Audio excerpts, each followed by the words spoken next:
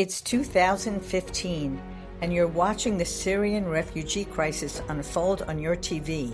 Families fleeing war, children in danger, millions displaced, and like so many of us, you think, someone should do something about this.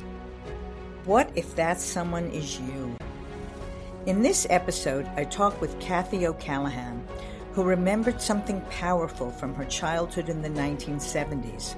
Her mother opening their Louisville home as a revolving door to Vietnamese refugees. Kathie knew the faith-based community sponsorship model worked.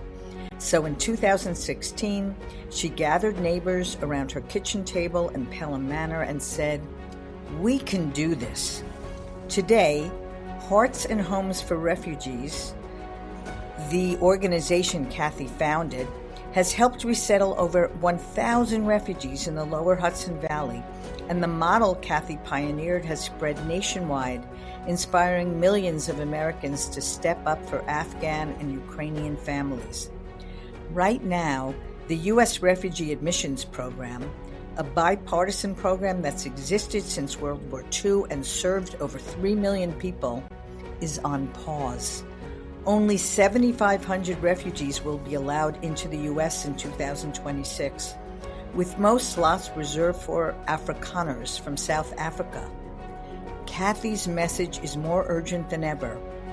Advocacy matters, your voice matters, and you don't need permission to do what's right.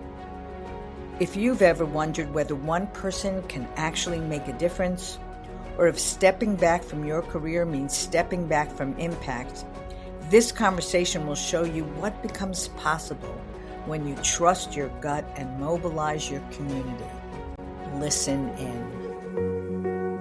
Welcome to Making Change with Your Money, a podcast that highlights the stories and strategies of women who experienced a big life transition and overcame challenges as they redefined financial success for themselves.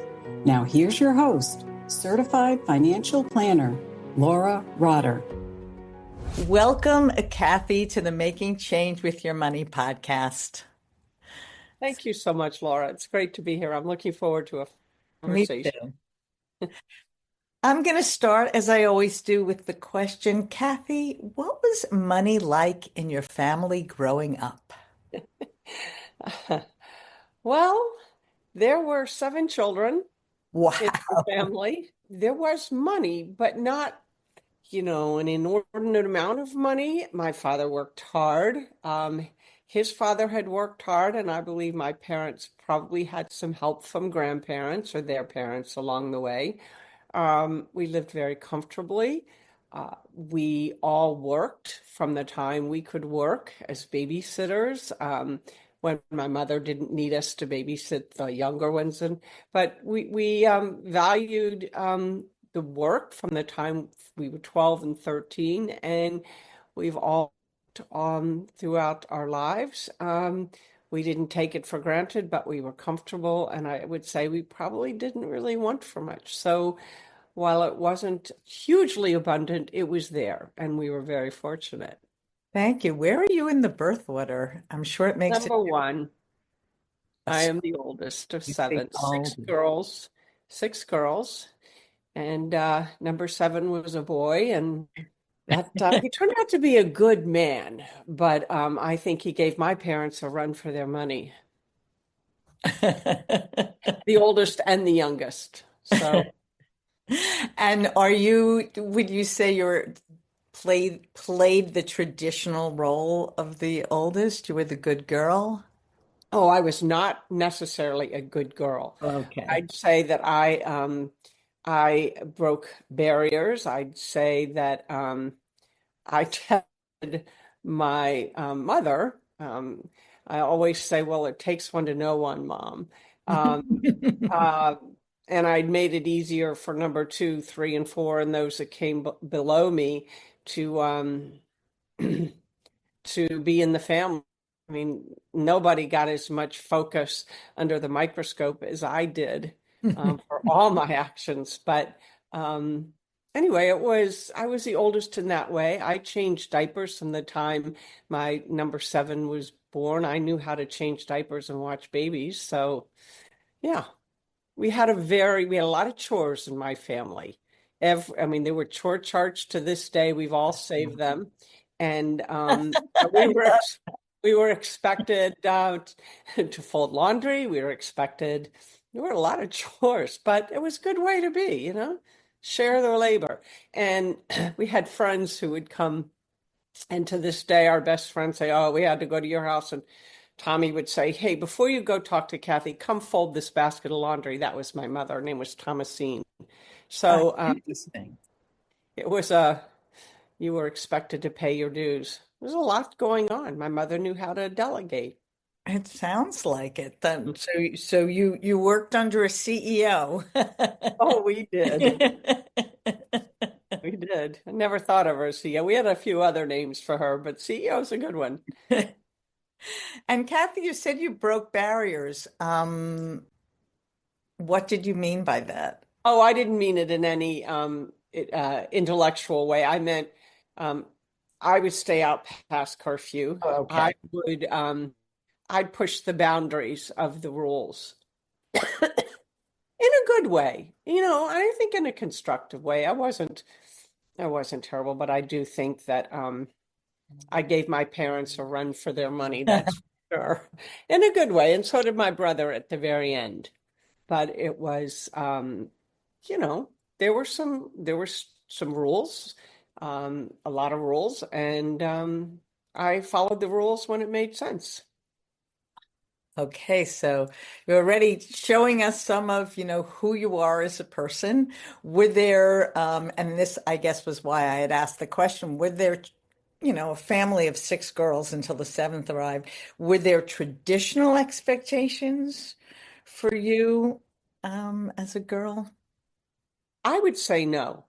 And I think the proof of that is that I never felt, and I don't think any of my sisters ever felt confined by rules, by expectations. In fact, as a younger woman and young mom, I had friends, and one friend in particular who had two daughters, and she was very focused on girls' rights and women's rights. And I realized that I had grown up in an unusual family where we didn't see any difference between us and the boys and what we could do and we couldn't do. We were incredibly unaware that there could be differences. We ruled. And I think when you come from a family of six girls/women, you have a confidence level. And part of it is due to my mother and my father, but my mother really was a very strong, um, confident woman for many reasons. And she raised us, and my father, we just never thought about what we couldn't do. Wasn't an issue. Thank you. You are reminding me that I have interviewed a number of women who come from families of all girls, which you were for a while.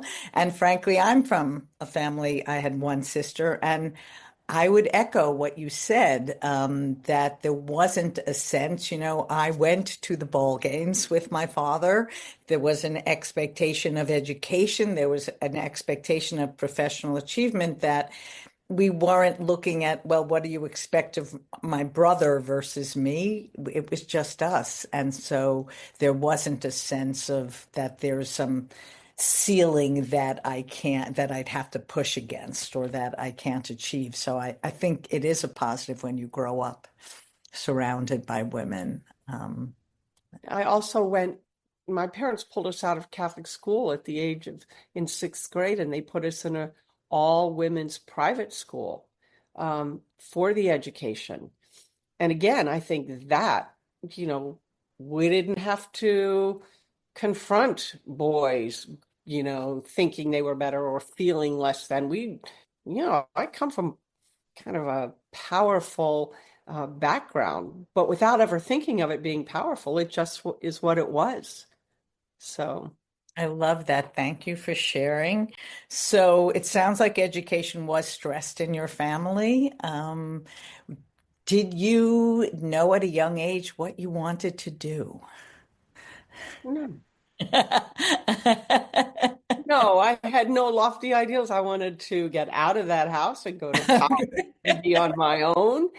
And that was it. I did not know. I eventually chose as a major in college, journalism, communications. Um, so many people do. I think I worked in public relations. And I think one of the first jobs I got when I didn't even know I was actually going for an interview, I thought it was just for me an exploration of what this world was like. And the general manager said, well, how do you feel about PR? And I said something that was true from the heart. I said, well, I think there are two sides to every, discussion, every promotion and every argument. So it's important that, those are given an opportunity to be, come to the forefront and to be discussed. So, So you entered the job without even knowing that you were interviewing. and it was coming from Capitol Hill, where I had been working for pennies and a salary. When he said, "What's your salary?" I doubled what I was making, thinking, "Oh, this is never going to happen." And I walked away, and it was that feeling of, "Oh, what have I just sold myself on? Is this even possible?" But anyway, it was a good experience. So how long did you work in PR? Well, this was later. When did I start? So I worked on Capitol Hill. Before that, I worked in several other jobs right out of college. And then I went to the private sector and worked for Burson Marsteller. And I did that for 2 years, I think a year or two in Washington, and then came to our new Burson Marsteller's New York office because I got married. My husband was going into investment banking out of business school. So it made sense to move here, and we had an office. And I worked there. When did I start? 84? Nope, 83. And I worked until through the 90s, mid 90s, off and on. I'm curious, Kathie, how'd you end up in Washington first? Were you in school in Washington? And so you ended I up was in, where you I was in school in New Orleans at Loyola University. And right out of school, I got a job working for the Louisiana Committee for Humanities and on weekends at a television station, the CBS affiliate. And our boss said he was very involved in local politics and a number of other things. And I was introduced to the Washington scene by a friend who invited me to a Mardi Gras ball that the Washington congressional delegation threw for everyone else in Washington. So I went. I loved Washington. I remember I went right into a meeting, congressional Merchant Marine and Subcommittee hearing room for a meeting that was going on. And I loved everything about DC. It was so exciting.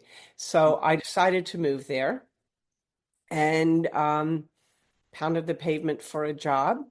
My then boss in New Orleans was friends with George Will, and I ended up living with George and Madeline Will for about a year or maybe less, while I looked for a job, and ended up going to work for a representative, a member of Congress from the first district of Kentucky, who was a Democrat, which was not where George Will had sent me for interviews, but his where he was going and where I was heading were two different places. So you were part of the Washington scene for a while, which it's like a different culture. it is. And it's fun to do when you're young and you're working on the Hill. But for me, it wasn't a long-term plan. It was a stop along the way. And then I went to the private sector, Burson Marsteller, and then moved to New York and worked because in Washington, we were doing public affairs and crisis communication. And that was the Washington office. When I moved to New York, I thought, well, I should kind of understand what PR is for consumer public relations. So I worked on that in that area, but Then they asked me to help set up with a man named Jim Lindheim the public affairs capability in New York. So I did that and, kind of uh, worked in public affairs, worked in healthcare, PR, crisis communication. And I did that until I left in 90 and then came back. I had my fourth child when I was in 1990. I worked for a little bit after that, and I said, that's it. And a few years later, I got a call, and they said, will you come back? And I said, only if I can be an Indian and work part-time. And I did that until the person who hired me had it in his mind to leave. So I worked there until about 2000 and then changed careers altogether.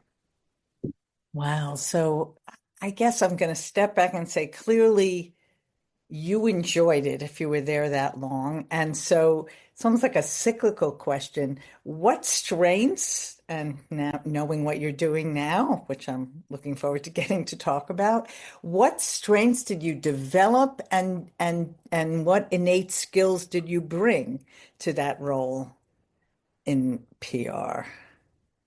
I think if I go back to my first response, and it was from the heart, why do you want to go into this? Because I think there are two sides to a story, and it's important to understand both sides so you can make informed decision.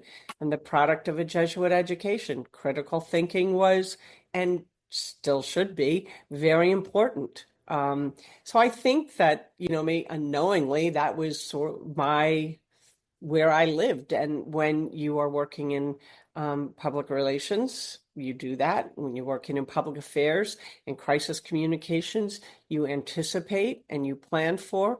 And I think coming from a strong family of women, and a lot of us, that was, and to this day, that is my strength. I always am looking to look for solutions, and that I think was the strength throughout, my different careers and roles that I've played along the way. And I'd have to assume also an ability, and this is sort of not a great word, but like manage people or work with people, influence people. Would you say that that's something that you bring to the table? Because I'm not a Organizing, coordinating, understanding people, understanding, what someone needs to solve a problem, whether it's in a family situation or uh, in an office and work. The work I do now, grassroots mobilizing, it's understanding what people are looking for.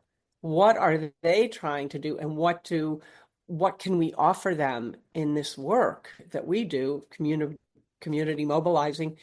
How can we all work together and get what we need? And I'd say that coming from a large family working, that's probably something I never really thought about it, but it's kind of a continuum. And then running a family too, being head of a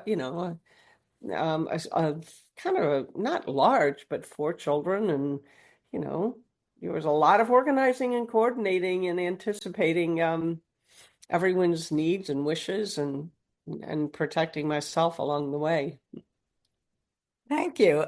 Because I do have that sense about you that there is, right, you are a manager and a manager of people as well as ideas and organizations. And it seems to me like it comes relatively naturally to you.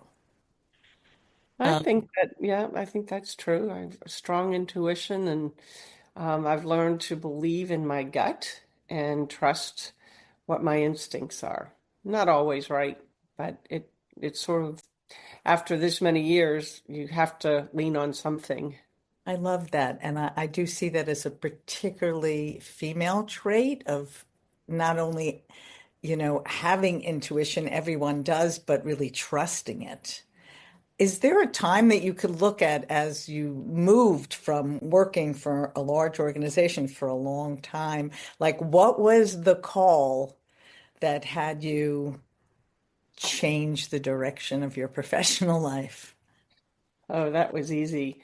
I had four children that were growing into those teenage years, and I found it, I was in a situation where I could step back and I needed to be here. Little babies are easy. You can turn that work over to daycare, to nannies and that kind of thing. But raising these kids when they get to I wanted to be there. I wanted and needed to be, and I was fortunate enough to be able to do that.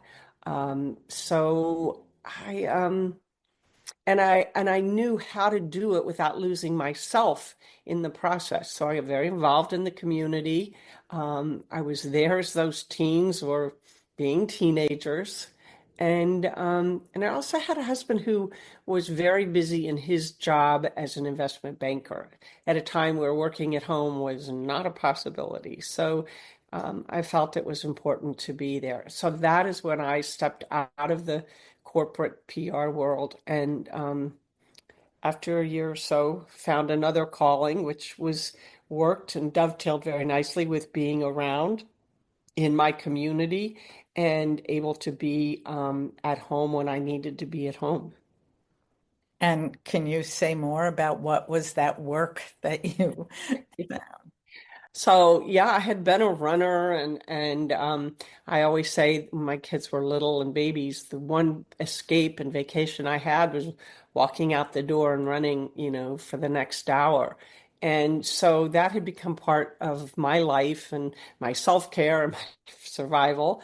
Um, and so I have friends and I would take them out and we'd run. And then I decided I loved working with people. I loved taking care and giving people, the opportunity to take care of themselves, especially women. So I became a personal trainer. I opened my own business, and I did that for 17 years.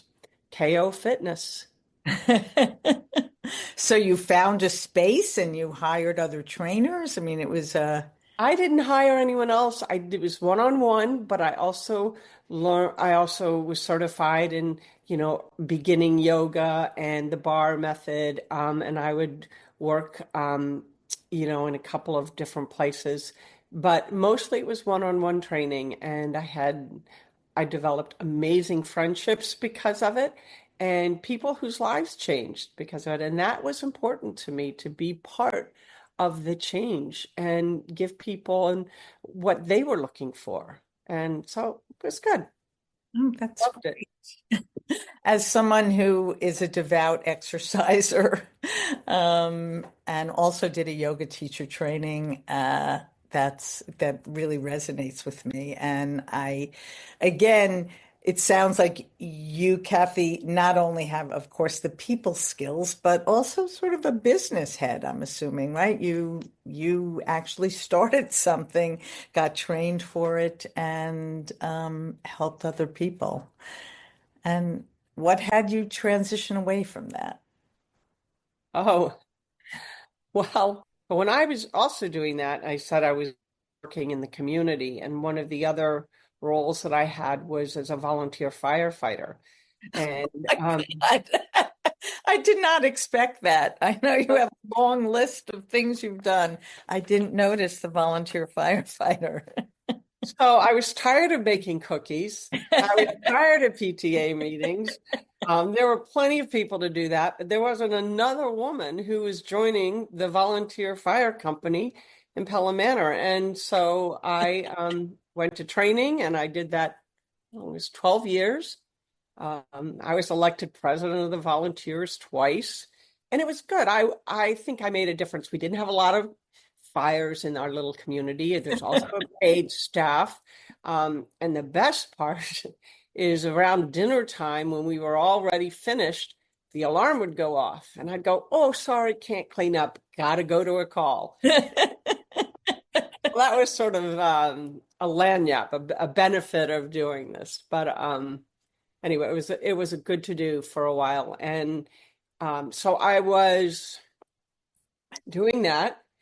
And in 2016, 2015, we were watching the global refugee crisis right in our living rooms with the Syrian refugee. And it occurred to me there was something we could do. We were all talking, what can we do? How do we get involved? Well, no one had any options. They were not being offered, other than maybe giving money to UNHCR and other places. That's great. But I knew there was a solution to this problem that the community could get involved in, because growing up in Louisville, in my family and in the community in the 70s, there was a model, and it was to resettle and bring refugees from the Vietnam War to this country. And it was done through faith groups, Catholic Church, HIAS, all of these resettlement agencies were bringing Vietnamese refugees through the help of faith communities, synagogues, Catholic parishes. And our family, first family that we resettled was a Vietnamese family. And it worked. That family went on, the 5 children. Their story is amazing, like so many refugee stories. Given the opportunity, they didn't choose to leave. They had to leave. And they came here, and, they had some medical issues. They had, a lot. But with the help of a community and people in that community, they had a home, got a job. The kids went to school. They are now long married and successful doctors and graphic artists, and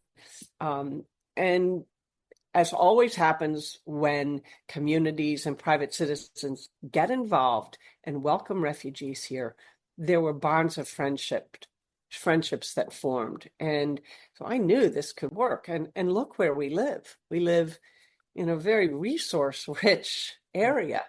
Yes. And I don't mean resources just financial, but resources being the powerful goodwill in these communities, whether it's from, a faith community where we first met, civic groups, it's here. And it was just an untapped resource.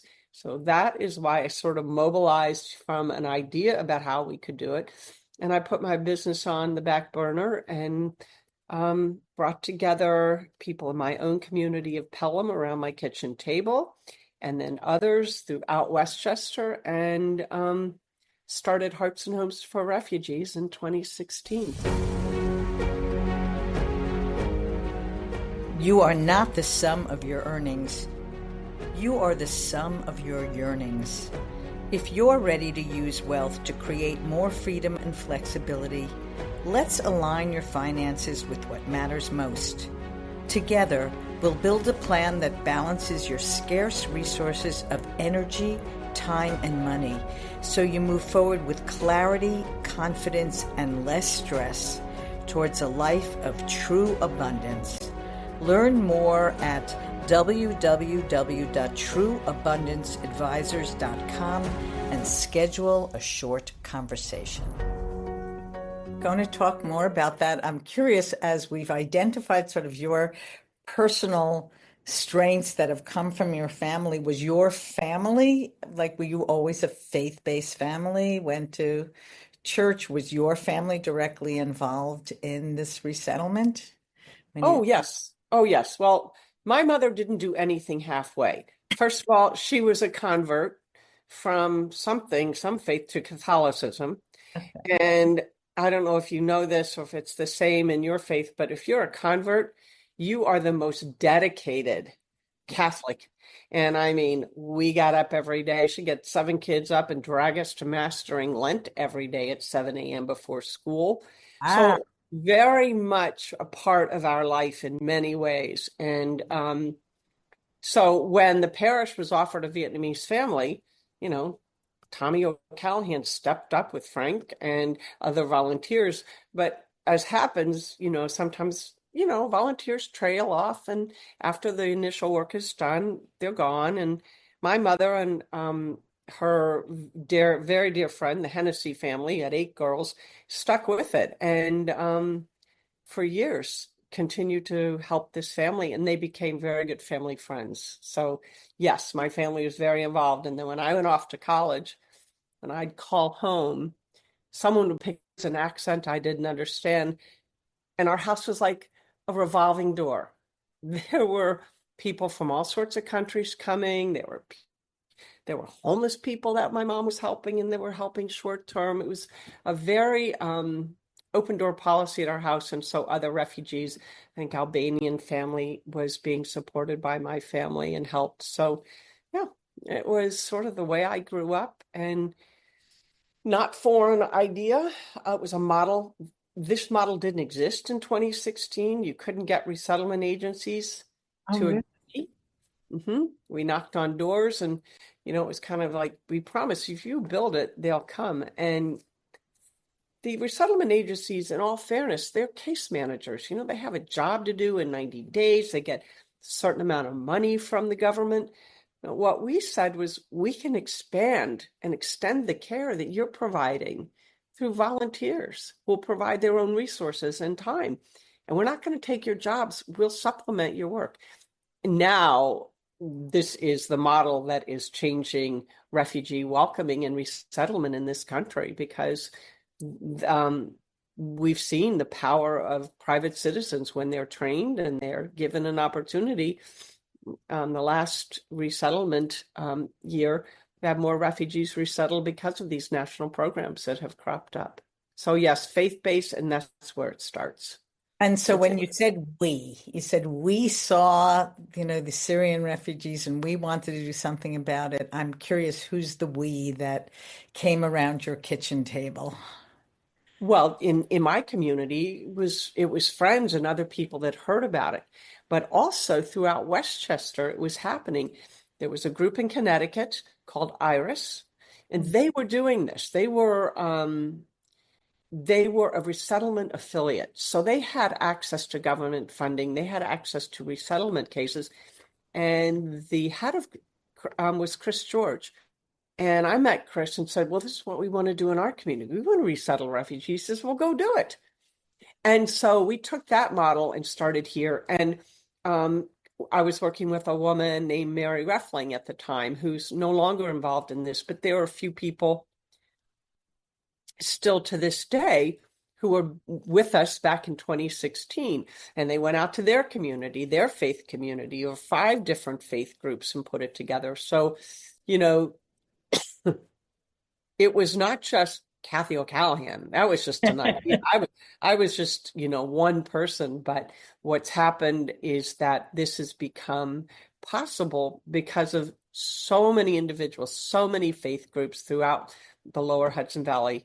And as I said, now the country. I mean, there's millions of people throughout the country have stepped up in the last 3 years to support the Ukrainian resettlement, Afghan resettlement.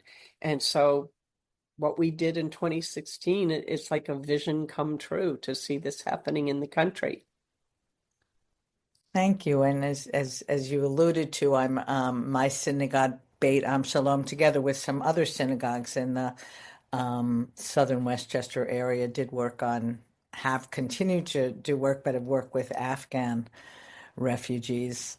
And so can you speak now specifically to the mission of Hearts and Homes Refugees today, 2025, and where you are?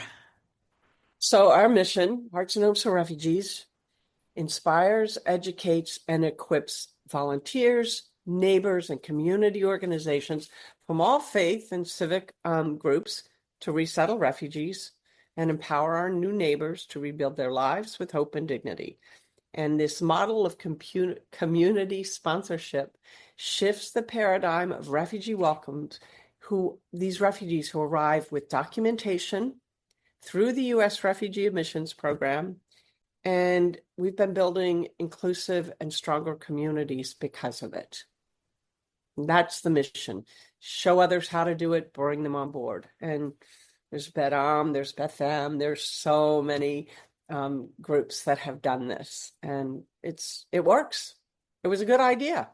Yes, and continues to be. And as you mentioned, and I've heard you talk about it before, these are legal refugees. We're not. Well, we don't like to use the word legal. There's so many nuances. So I want to say they are refugees who have been vetted and screened outside this country. They go through years of vetting and interviews, and they are approved for resettlement before they arrive in this country, right? So they're part of the millions, how are we up to 120 million displaced people and refugees. Less than 1% will ever be resettled anywhere. So those are refugees. What people say illegal. Well, I like to remind people that through international law, everyone has the right to seek asylum. So you can come to our border and you have a right to ask for asylum. You can be brought in, approved for asylum application, and wait your turn to prove that you deserve this refugee status and can get approved for as an asylee, approved for asylum status. Our immigration system is so backlogged that people are coming, waiting for their application hearings, etc., and they wait years for that. Mm-hmm. So, and not all will be approved because it's very difficult to prove that you were the victim in your town or your country. You don't have the paperwork because many of these people left, in the middle of the night. They don't have it. So it's a very challenging process, but it's also part of a system that's backlogged and definitely needs reform. Yes, and maybe I'll put in the show notes a link to resources either on your website or elsewhere that people can read more about the definitions and refugee status. So about how many refugee families has Hearts and Homes for Refugees helped? Well, we've helped, I think we're saying we've resettled, assisted, and advocated for about 1,000 refugees. Wow.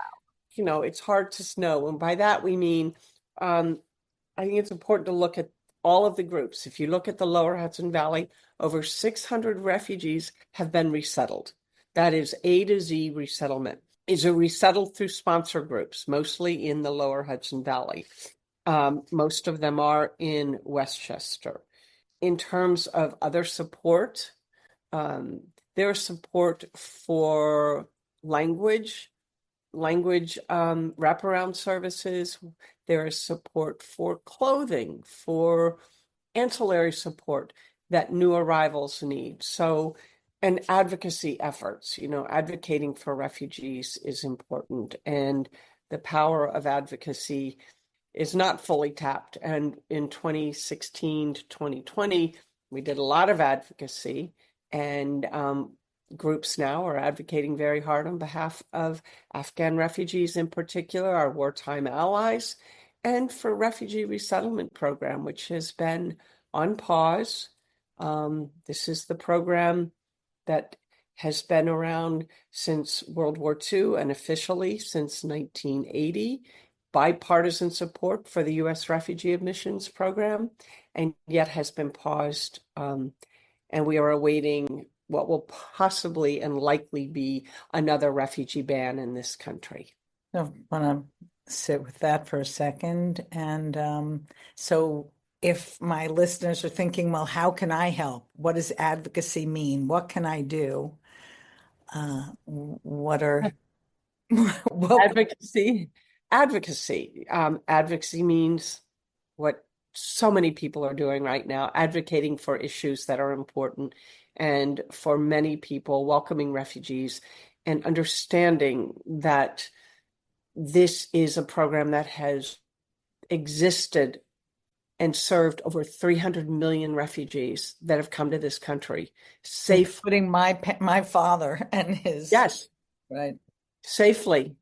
That has given us, soft leadership in the world because of this program. There's absolutely no reason not to continue this program.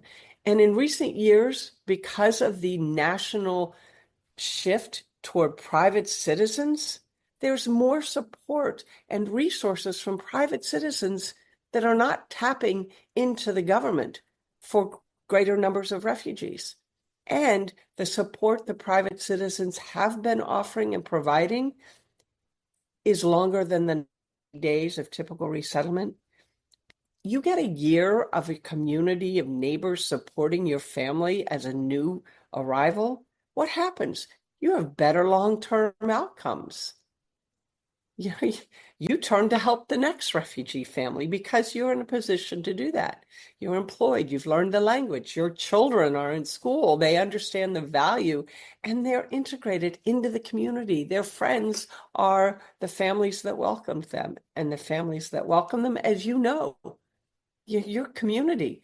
You go to events, you celebrate Eid, their children become friends and their family is in your life. In many of the private citizens, they're in lives forever. Their lives have been touched in ways they never would have been without refugee welcoming in this country.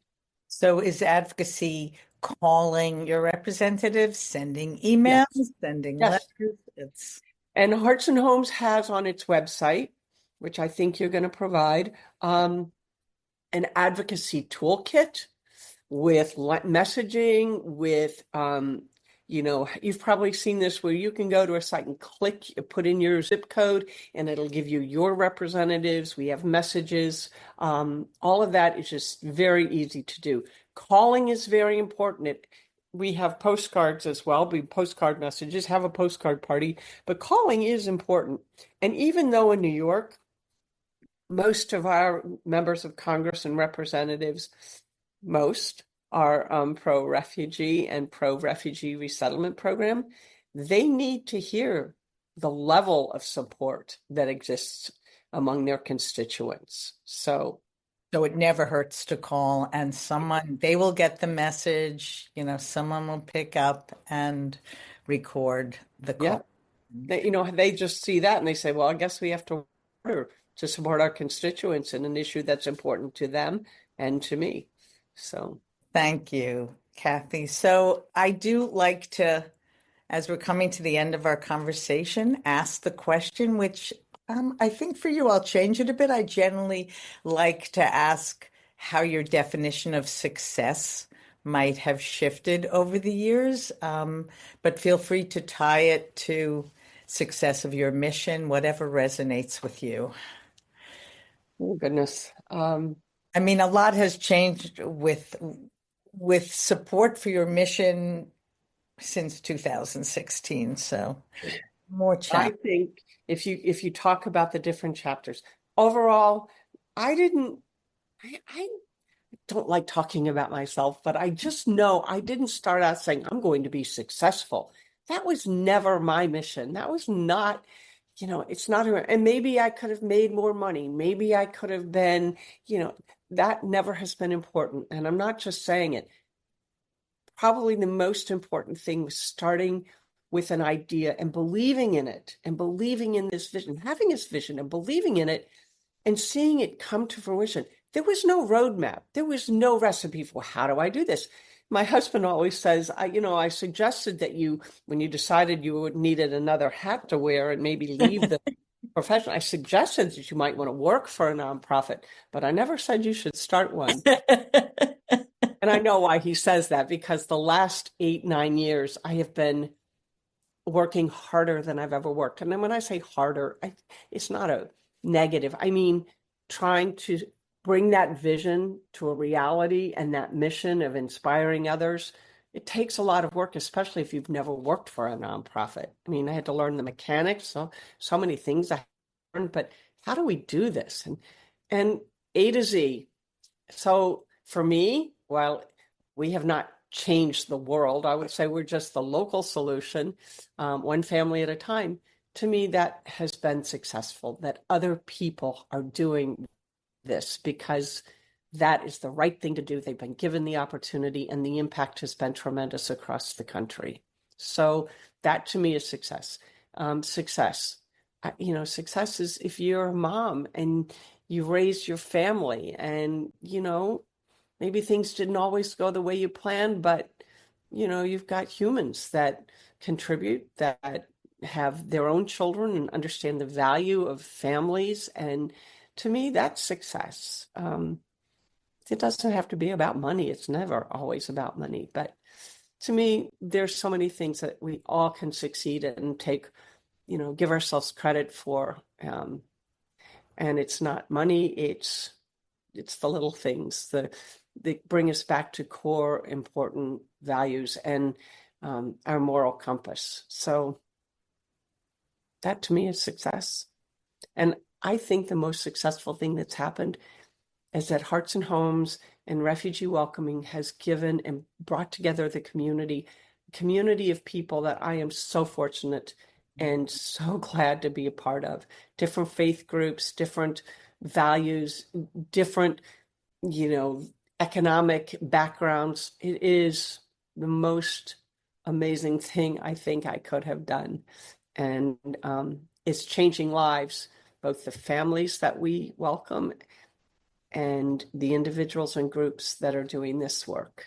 Thank you so much for that statement, Kathie, because I'm hearing, of course, you've made a difference in the refugees that you've worked with, and that you've made a difference in the lives of people who volunteer with the organization, people like me who've heard about the organization, and you can hear, a passion might be an overused word, but that you're doing what you're drawn to do, and that makes you come alive and feel like you're making a difference. And you do certainly sound like a woman who felt that way through all the stages that have brought you to where you are today.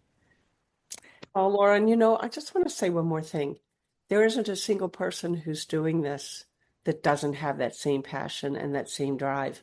I don't care if they are taking on the whole leadership of a cohort, or if they are driving once a month.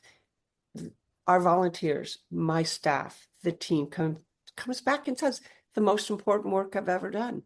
And trust me, most people aren't getting paid, and nobody's getting paid a lot of money to do this. So any last thing you'd like to say to the women who are listening before we go? Yeah, listen to your heart. Do what's important. Let that drive, what you do, what you think you can do. I mean, you don't have to set the world on fire. Do what makes your heart and soul feel the best it can be. That's what I would say to women. Yeah. Thank you so much. Yeah. Thank you, Laura, for everything. Thanks for what you do. This is a great conversation, and I am sure you are changing lives by offering people the opportunity to be here and to hear you. So thank you. Thank you. Thanks for listening to Making Change with Your Money. Certified financial planner Laura Rotter specializes in helping people just like you organize, clarify, and invest their money in order to support a life of purpose and meaning. Go to www.trueabundanceadvisors.com/workbook for a free resource to help you on your journey. Disclaimer, please remember that the information shared by this podcast does not constitute accounting, legal, tax, investment, or financial advice. It's for information purposes only. You should seek appropriate professional advice for your specific information.